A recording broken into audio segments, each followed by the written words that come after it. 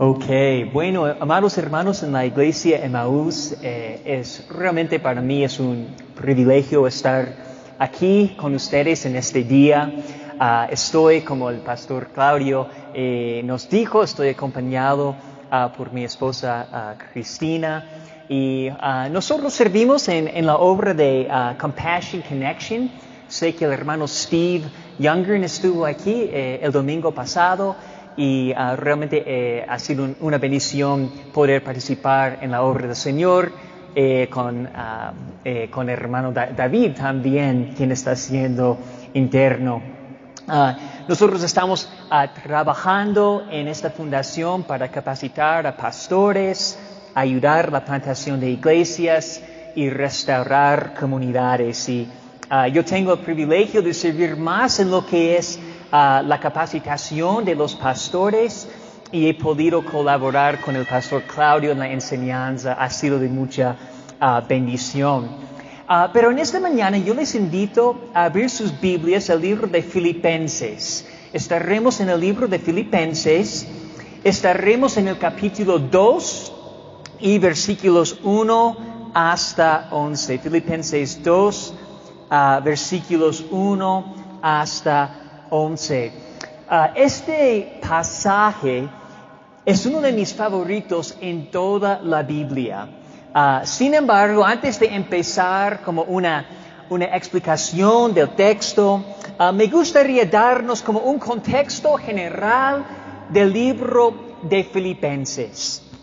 Entonces, la iglesia en Filipos, la recipiente de esta carta, fue fundada por el apóstol Pablo durante de su segundo viaje misionero. El apóstol Pablo escribió esta carta, este libro, a la iglesia en Filipos alrededor de los años 60 o 62. Y Filipos era una ciudad que se encuentra hoy en día en el país de Grecia. Y Pablo estuvo en la cárcel, más probablemente en Roma, cuando escribió a la iglesia en Filipos. Y Pablo les escribió para agradecerles por una ofrenda que le enviaron y también para animarles del progreso del Evangelio. Y un tema que a menudo resalta en esta carta es el gozo. El gozo. Y para Pablo, la unidad en el cuerpo de Cristo, es decir, la unidad de la iglesia, es algo que le trajo gozo. Pero ¿cómo se define gozo? Gozo es una actitud de contentamiento y felicidad que proviene de conocer a Dios y servirle a Él. Y la unidad que le trajo gozo a Pablo se caracteriza por tener el mismo amor y la misma mentalidad centrada en Jesús. Este es el tema general de la carta entera, el libro de Filipenses. Y ahora voy a leer nuestro texto el día de hoy, versículos 1 hasta 11. La palabra de Dios dice así: por tanto, si hay alguna consolación en Cristo, si algún consuelo de amor, si alguna comunión del Espíritu, si algún afecto entrañable, si alguna misericordia, completad mi gozo, sintiendo lo mismo, teniendo el mismo amor, unánimes, sintiendo una misma cosa. Nada hagáis por contienda o por vanagloria, antes bien con humildad, estimando cada uno a los demás como superiores a él mismo, no mirando cada uno por lo suyo propio, sino cada cual también por lo de los otros. Haya pues en vosotros este sentir que hubo también en Cristo Jesús, el cual siendo en forma de Dios, no estimó el ser igual a Dios como cosa a que aferrarse, sino que se despojó a sí mismo, tomando forma de siervo, hecho semejante a los hombres, y estando en la condición de hombre, se humilló a sí mismo, haciéndose obediente hasta la muerte y muerte de cruz. Por lo cual Dios también le exaltó hasta lo sumo y le dio un nombre que es sobre todo nombre, para que en el nombre de Jesús se doble toda rodilla de los que están en los cielos y en la tierra y debajo de la tierra, y toda lengua confiese que Jesucristo es el Señor, para gloria de Dios Padre. Esta es la palabra de Dios. Oremos. Señor, gracias por darnos este día. Señor, gracias por la oportunidad y el privilegio de, Señor, predicar tu palabra y, Señor, participar aquí en la iglesia Emmaús. Señor, te pido que tú me ayudes, Señor, mientras yo transmito tu palabra, Señor.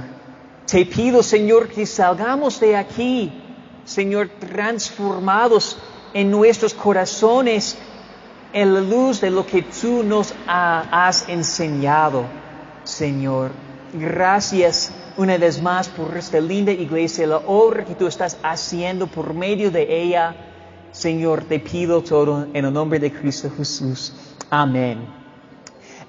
He puesto el siguiente título de la predicación el día de hoy. El título es así de la predica: la unidad verdadera viene por la humildad verdadera. La unidad verdadera viene por la humildad verdadera. Este es el título de la prédica el día de hoy. Y para comenzar, me gustaría darles una ilustración. Yo me acuerdo que hace algunos años estuve sentado en el culto escuchando la predicación del ministro de la palabra de Dios. El ministro, el pastor, se estaba comunicando muy bien, excelente. El ministro tenía la atención de la audiencia. El ministro entendía la Biblia profundamente. Todos en la congregación estaban atentos.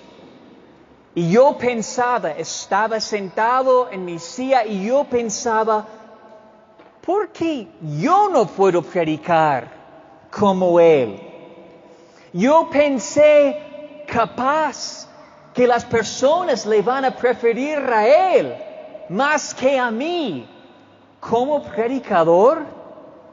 Yo pensé, ¿por qué yo no tengo el mismo carisma como él? Yo pensé, quisiera que el culto se acabe pronto para que no necesite escuchar más y ver cómo la gente le aprecia. Mis amados hermanos, hace algunos años en ese culto yo tenía celos, ¿no es cierto? Yo tenía envidia. Y quizás usted haya tenido una actitud similar en algún momento. Hermanos, ¿ustedes han pensado en algún momento, él es un mejor futbolista que yo? Yo odio cómo él sobresale en la cancha deportiva. O hermanas, ¿Ustedes han pensado alguna vez, ay, es más guapa que yo y no me cae bien? ¿Qué está sucediendo en los ejemplos que acabo de darnos? Lo que está sucediendo es la presencia de envidia, la presencia de celos. Pero detrás de estas actitudes hay una raíz. Y la raíz es el orgullo. ¿No es cierto? El orgullo. Yo busqué una definición del orgullo y según la Real Academia Española, orgullo se define así: arrogancia, vanidad, exceso de estimación propia que suele conllevar sentimiento de superioridad. Nosotros estamos enfocados demasiado en nosotros mismos. Nosotros nos sentimos mal y tenemos envidia, porque nos sentimos amenazados por alguien más quitando algo que nos corresponde. En mi ejemplo, el pastor estaba predicando mejor que yo, o la otra persona es más guapa que yo, o la otra persona es mejor deportista que yo. Sea lo que sea el ejemplo, sentimos mal porque nosotros sentimos amenazados. Alguien está quitando algo que según nosotros nos corresponde. En cuanto a los ejemplos que acabo de darnos, yo quisiera ser el mejor predicador para que la gente me vea y me diga, él es chévere, él puede comunicar bien la palabra de Dios. Hermano, usted quiere ser el mejor futbolista porque quiere que la gente le diga, él es chévere, él puede jugar muy bien. Hermano, usted quiere ser la más guapa para que la gente le diga, usted es guapa. Y hay otros ejemplos también. El mejor padre, la persona con más éxito en los negocios o lo que sea. Y cuando hay otras personas que tienen lo que queremos, usualmente sigue sentimientos de envidia y celos. Pero cuando tenemos envidia de alguien más, nuestro orgullo puede llevarnos a hablar mal de tal persona. Sabes que no me cae bien esta persona. Nuestro orgullo puede llevarnos a ser groseros con tal persona. Nuestro orgullo edifica muros entre otros seres humanos en vez de unidad y armonía. La envidia provocada por el orgullo es tóxica en las relaciones interpersonales y es tóxica en la iglesia. Y esto es exactamente lo que Pablo no quiso para la iglesia en Filipos. Lo que Pablo quería para la iglesia en Filipos era unidad provocada por actitudes de humildad. En nuestro texto del día de hoy veremos 3 partes principales. Primero, los beneficios de conocer a Cristo. Segundo, la respuesta correcta en vista de los beneficios. Y tercero, el ejemplo de Cristo. Entonces vamos a ver los beneficios de conocer a Cristo. Versículo 1 en Filipenses 2:1. Pablo dice, por tanto, una continuación de su argumento, por tanto, si hay alguna consolación en Cristo, si algún consuelo de amor, si alguna comunión del Espíritu, si algún afecto entrañable, si alguna misericordia. Entonces, los creyentes en la iglesia en Filipos habían experimentado la gracia de Jesús. La palabra gracia se define como un regalo inmerecido, como amor y aceptación inmerecida por parte de Dios. Los creyentes en Filipos, en la iglesia, en algún momento estaban muertos en sus delitos y en sus pecados.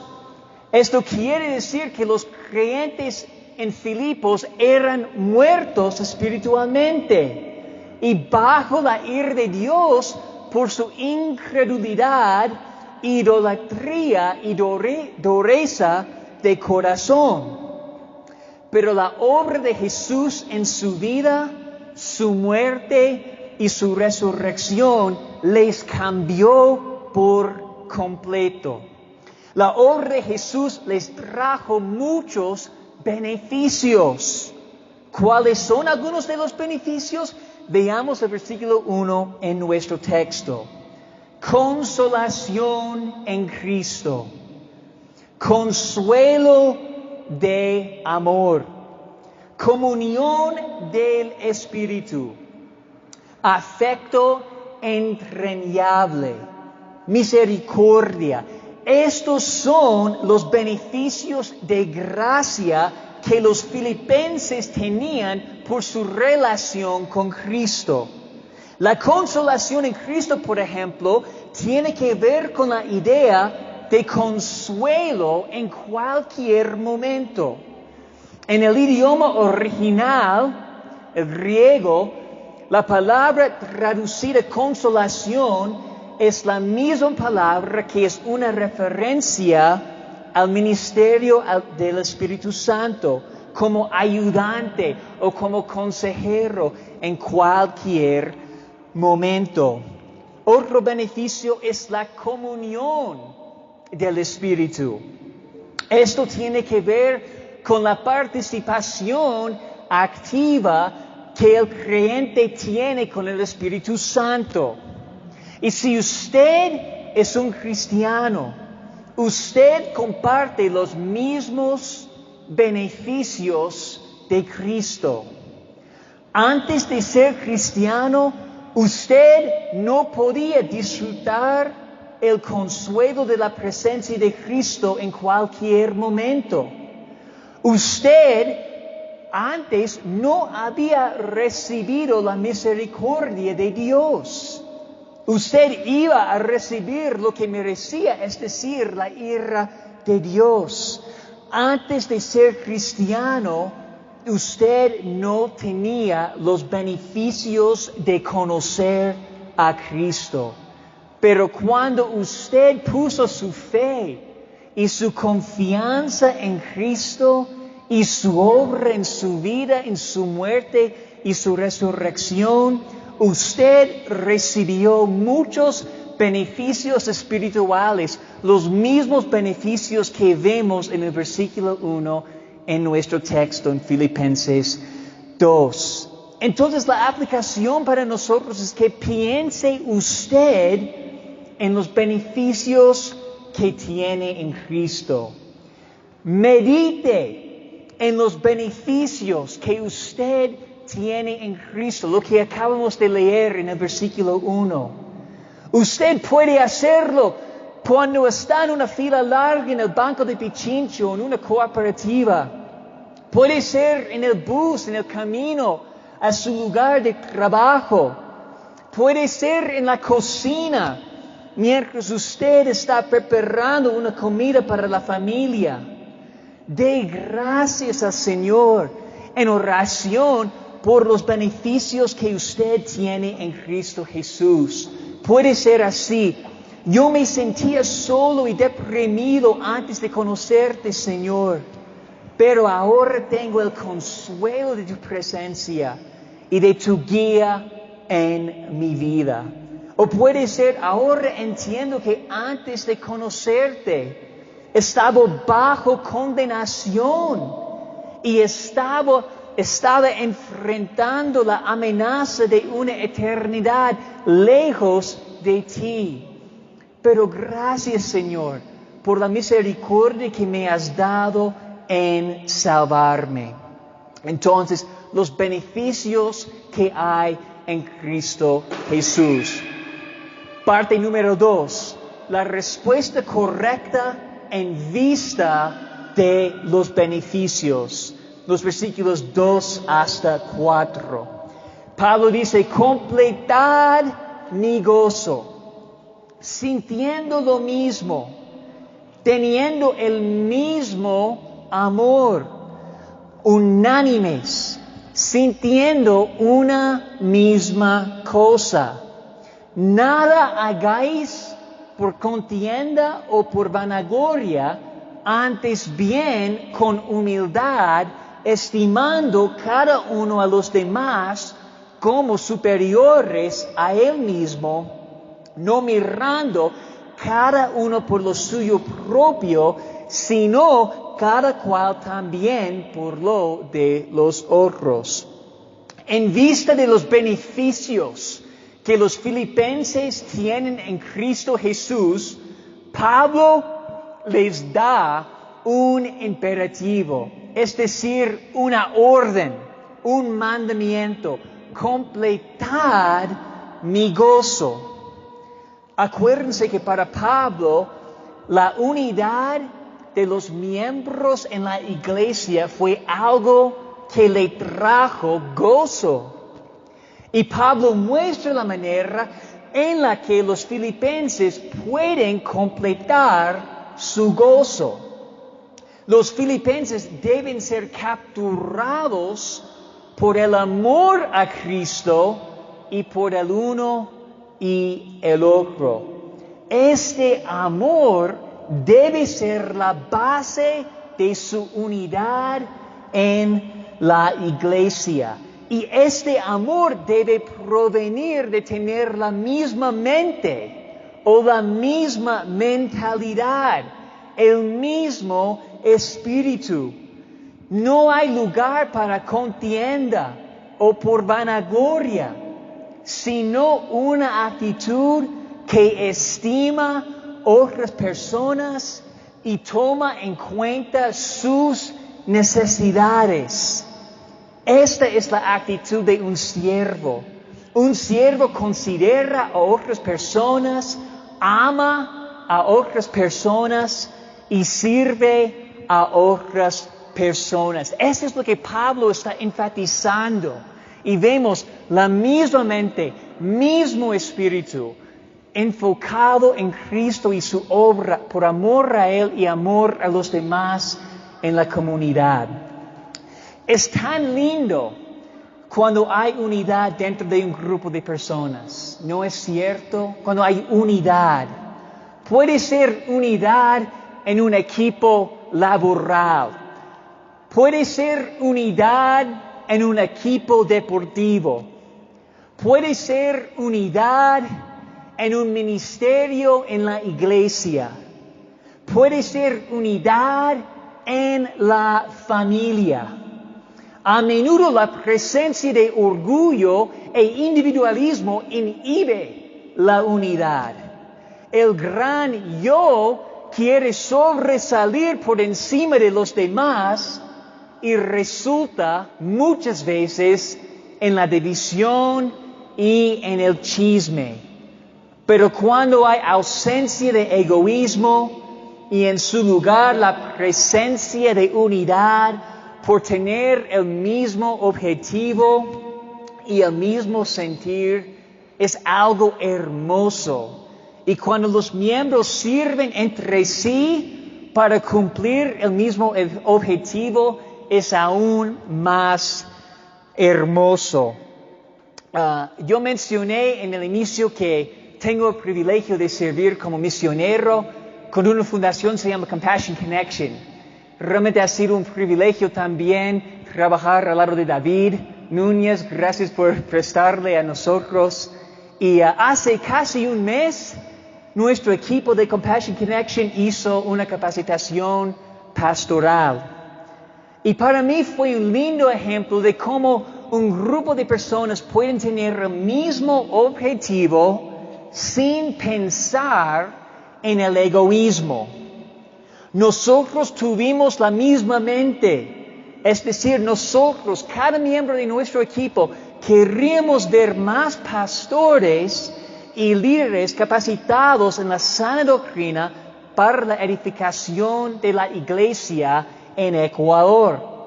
No tuvimos tiempo de pensar en nosotros mismos porque estuvimos tan comprometidos con nuestro objetivo por el amor al Señor y amor por los demás. A menudo yo soy la persona enfrente en las capacitaciones pastorales, el foco de atención, y fácilmente yo puedo tener orgullo como el foco de atención.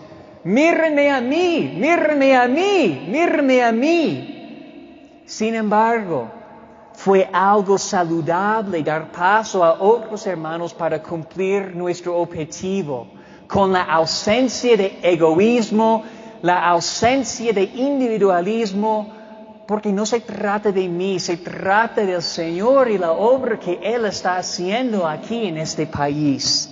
Para mí fue un lindo ejemplo de lo que Pablo está enfatizando aquí.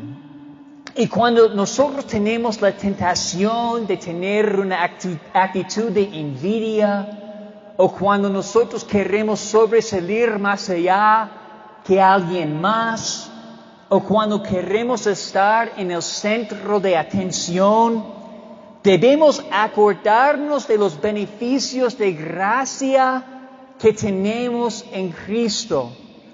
Debemos pensar, Señor, gracias por su bondad y por su generosidad hacia mí. Gracias por incorporarme a su familia.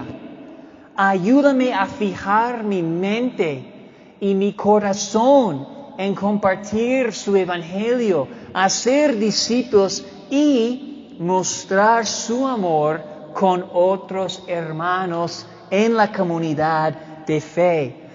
Ayúdame a amar a mi prójimo en la iglesia como tú me amaste, en vez de ser egoísta y orgulloso.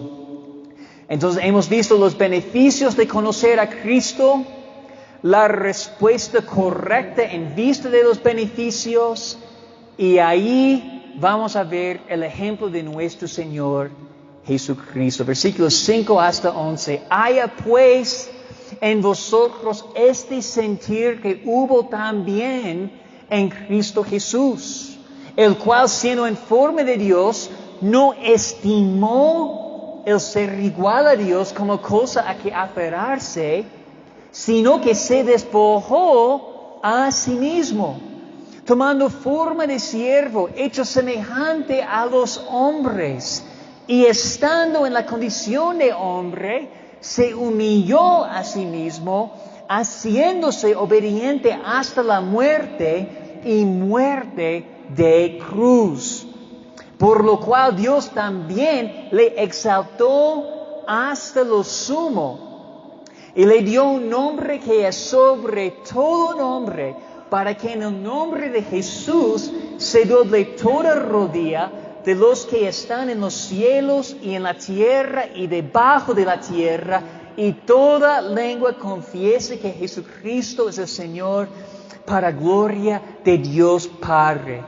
Hemos visto que Pablo está animando a los filipenses a conseguir unidad en la iglesia por medio de la presencia de humildad.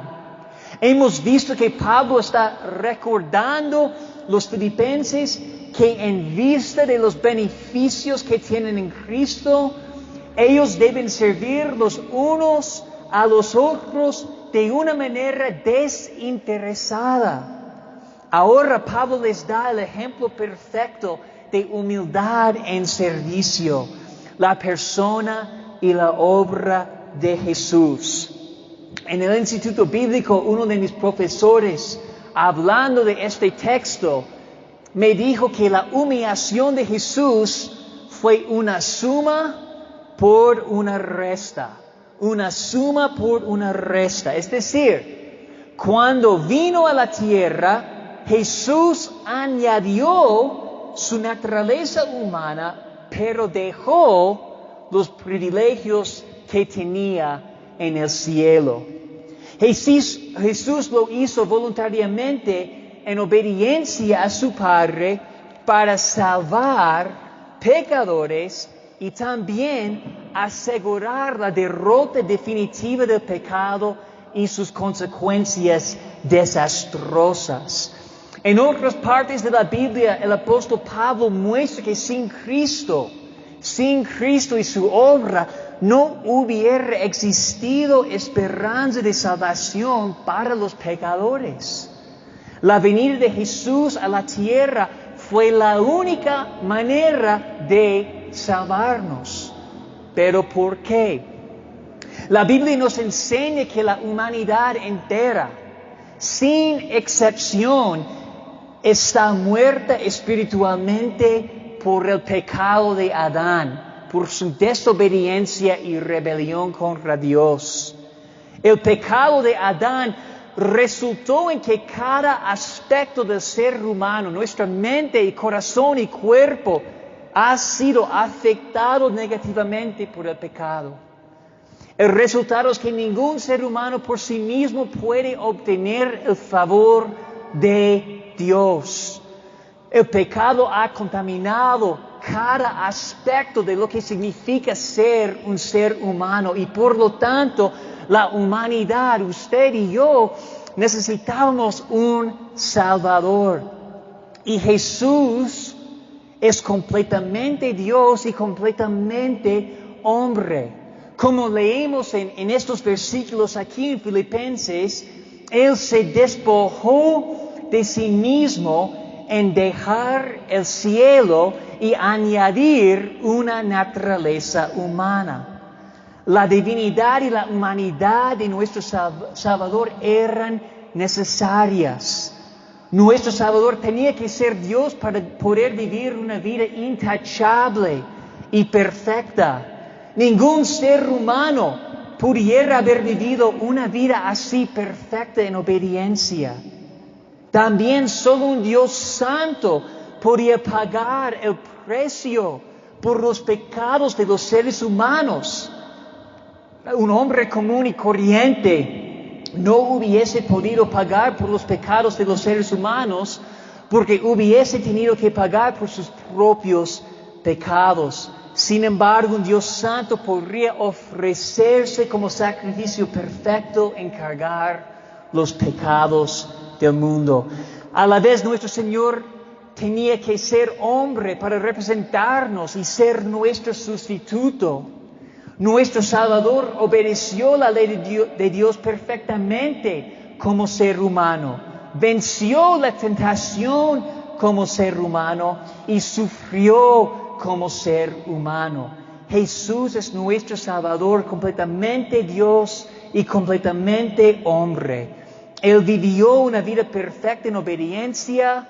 Él hizo expiación por pecado en la cruz y Él resucitó victorioso encima del pecado y la muerte. Y ahora los seres humanos pueden recibir su rectitud como regalo y tener sus pecados perdonados por causa de Cristo por medio de fe y arrepentimiento. Y Pablo está mostrando en un lindo pasaje, Pablo está mostrando a los filipenses que Jesús dejó su gloria en el cielo, añadió una naturaleza humana y vino a la tierra como un siervo en sufrimiento hasta la cruz para lograr nuestra salvación. Me encanta como un autor dice, aquí está la verdad de Jesús, que su naturaleza es para dar y su gloria es para servir. Y también un erudito cristiano en el siglo pasado, C.S. Lewis, el Hijo de Dios se hizo hombre para que usted pueda ser un hijo adoptado de Dios. Y finalmente vemos que el camino a la grandeza es por medio de servir. Esto fue una lección que Jesús había enseñado a sus discípulos y demostró en su propia vida. Por su servicio y sufrimiento Dios exaltó a Jesús hasta lo sumo y toda lengua confesará que Jesús es el Señor. Y si Jesús se despojó a sí mismo, de acuerdo con lo que leímos en los versículos 6 hasta 8, ¿quiénes somos nosotros para jactarnos? El Hijo de Dios se hizo hombre y como hombre un siervo, y como un siervo obedeció hasta la muerte, incluso la muerte en una cruz. La cruz fue la herramienta de ejecución más vil, más terrible en aquel entonces tiempo. Su obediencia, humildad, compró nuestra redención, nuestra salvación. Y nosotros ahora somos productos de gracia. No tenemos nada de qué jactarnos. Nosotros fácilmente podemos decir, yo tengo un puesto alto en la empresa.